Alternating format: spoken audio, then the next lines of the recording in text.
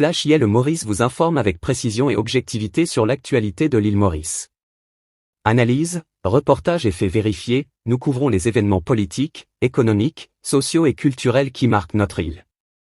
Avec un profond respect pour l'éthique journalistique, notre mission est de vous offrir une information fiable et éclairée.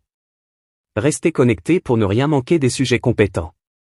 Alors, préparez-vous à découvrir l'actualité comme vous ne l'avez jamais vue, décryptée, démystifiée et, parfois, délicieusement grinçante. Flash IL Maurice, là où l'information devient une affaire de conviction. Maître Antoine Domingue, c'était un vote massif contre le despotisme et un régime liberticide et antidémocratique. Notre dernier invité de 2024 est le seigneur Councel Antoine Domingue.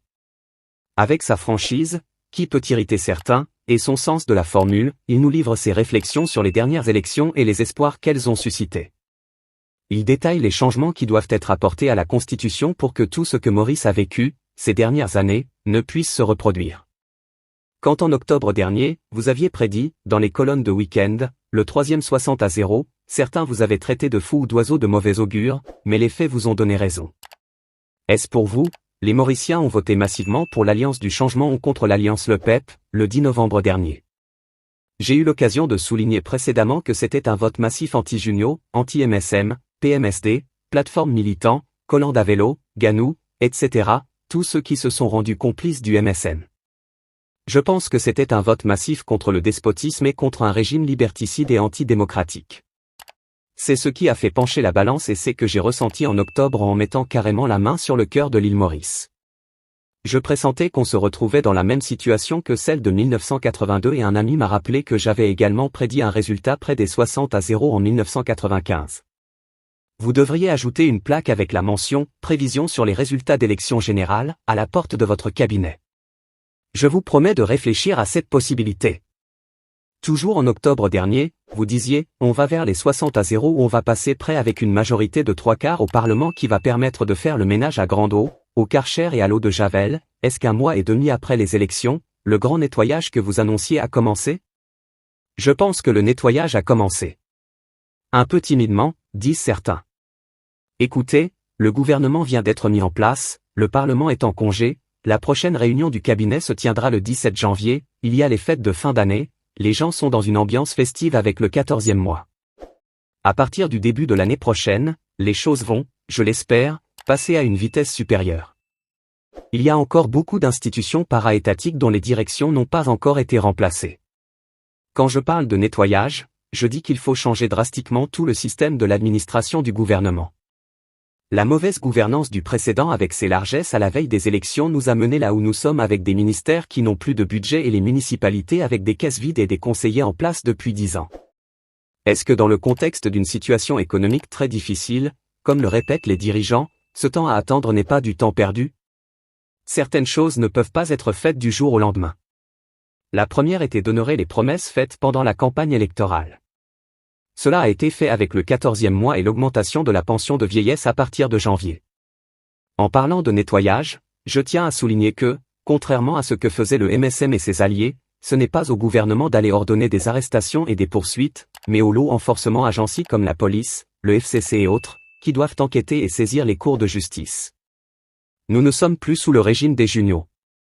Vous vous attendez à ce que ces lots renforcements agencés, qui ont fonctionné en suivant, elles l'affirment toutes, les ordres venus d'en haut, prennent l'initiative d'ouvrir de leur propre chef des enquêtes? Selon la loi, elles ont des missions précises, des règlements à respecter, et non pas attendre des instructions pour ouvrir ou pour ne pas ouvrir des enquêtes.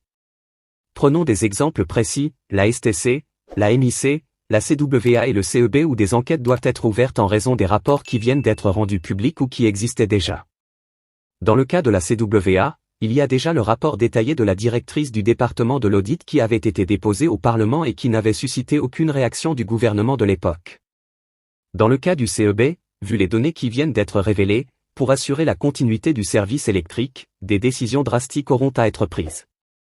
Et sans jouer à l'oiseau de mauvais augure, je crois qu'on n'échappera pas à une augmentation du tarif de l'électricité et de celui de l'eau courante.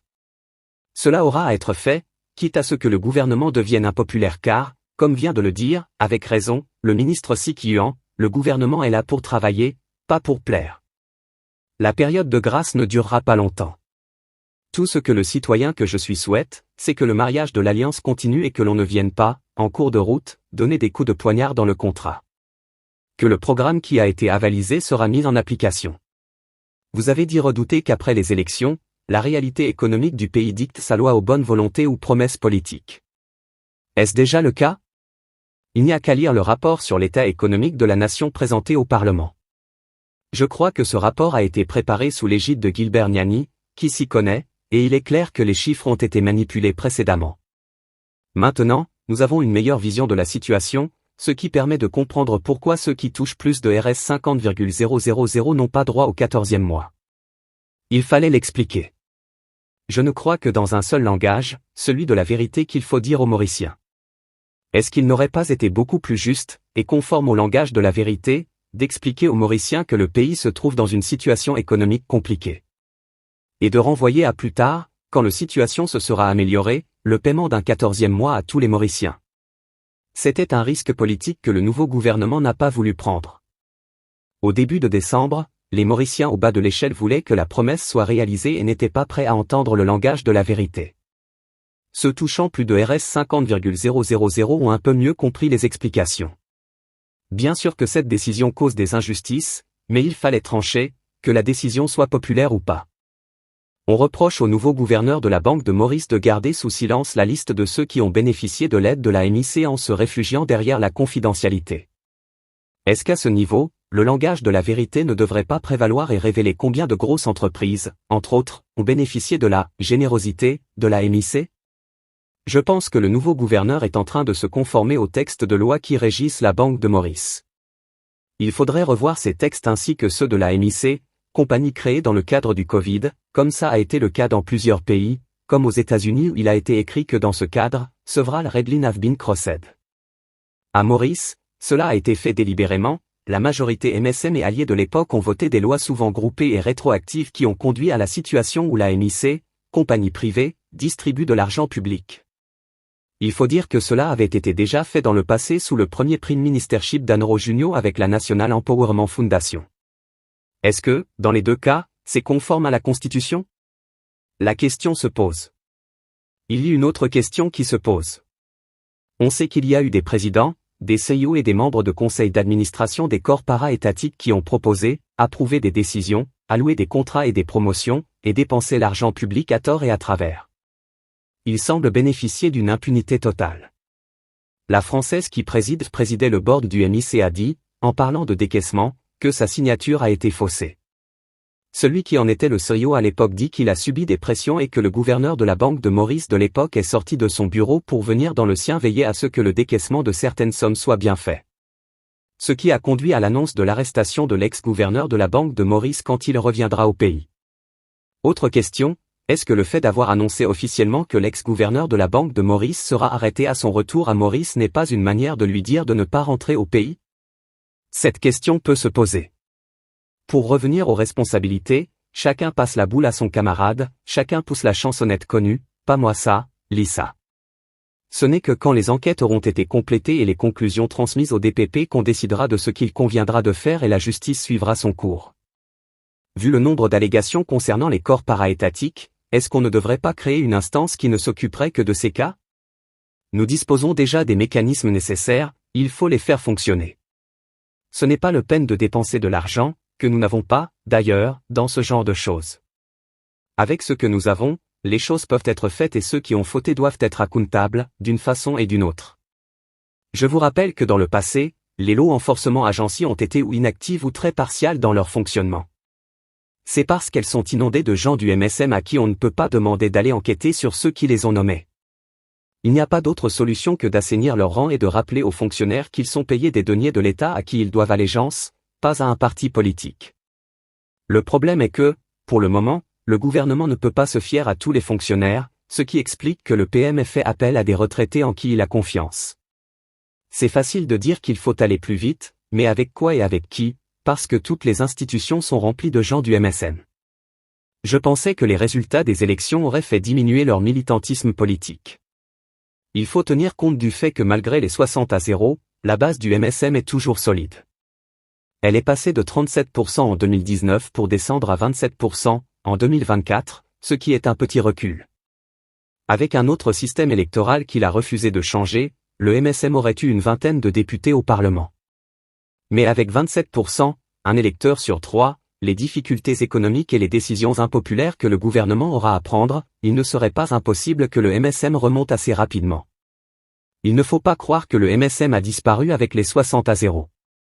Il est toujours là, bien implanté dans les institutions. Savez-vous que beaucoup de nominés de l'ex-gouvernement disent, pour leur défense, qu'ils n'ont fait qu'exécuter les ordres reçus d'en haut. Ce n'est pas parce qu'il aurait reçu des instructions d'en haut que cela exonère un fonctionnaire de sa responsabilité. Si on lui demande de tuer quelqu'un, il le fait. C'est la manière de faire du MSM en pervertissant la démocratie, en pratiquant le népotisme, et on l'a bien vu au Parlement au cours des 5 dernières années. Pour le MSM, ce qui compte avant tout c'est l'argent et cette philosophie se résume en une phrase de SAJ, moralité n'a pas rempli ventre. On pressentait qu'il y avait du pillage, mais on ne disposait pas de chiffres précis. L'ex-leader de l'opposition voulait savoir quel était le salaire du directeur de l'ICAC. Il n'a jamais vu de réponse, ce qui a été également le cas pour Air Mauritius, la STC et les autres corps para-étatiques. Il faut légiférer, afin que les comptes de toutes les institutions qui dépensent de l'argent public soient rendus publics, transparents. Sait-on que la STC, dont les finances sont dans le rouge, a dépensé en frais légaux Rs 159 millions pour ces 10 dernières années. Comment faire pour que ce genre de situation ne se reproduise pas? La première chose à faire est de faire voter la Freedom of Information Act. C'est le seul texte de loi qui puisse faire les fonctionnaires changer de mindset et de comportement. Parce que, selon cette loi, n'importe quel citoyen peut demander une information sur le fonctionnement d'un service et il doit avoir une réponse écrite dans les 20 jours. C'était dans le programme du MSM en 2019 qui s'est bien gardé de le mettre en application, pour des raisons évidentes. Ceux qui dirigent le gouvernement savent que c'est leur dernière chance d'apporter les changements nécessaires pour l'avancement du pays, et ils doivent assurer la transition. Il faut, donc, réorienter les textes de loi, c'est un gros travail, mais il faut le faire pour avoir un nouveau mindset, une nouvelle façon d'administrer. Il faut réinventer le pays, recommencer à zéro puisque nous sommes, toute proportion gardée, dans le même état que la France après la Deuxième Guerre mondiale, avec un pays à reconstruire. Est-ce que le nouveau gouvernement aura le temps de faire ces réformes? Le temps est un tribunal révolutionnaire qui n'acquitte jamais personne. Effectivement, le temps joue contre Navin Rangolam et Paul Béranger, qui sont techniquement à leur dernier mandat. Ils n'ont que 60 mois et en politique, surtout au gouvernement, cet espace de temps passe comme un éclair. Ils ne doivent pas perdre du temps et faire voter les amendements dont nous avons parlé au niveau constitutionnel et légal, afin qu'un éventuel gouvernement alternatif MSM ne puisse pas refaire ce qu'il a fait au cours des dernières années. Il faut faire les réformes constitutionnelles nécessaires claires et sans équivoque, comme celle de 1982 interdisant le renvoi des élections.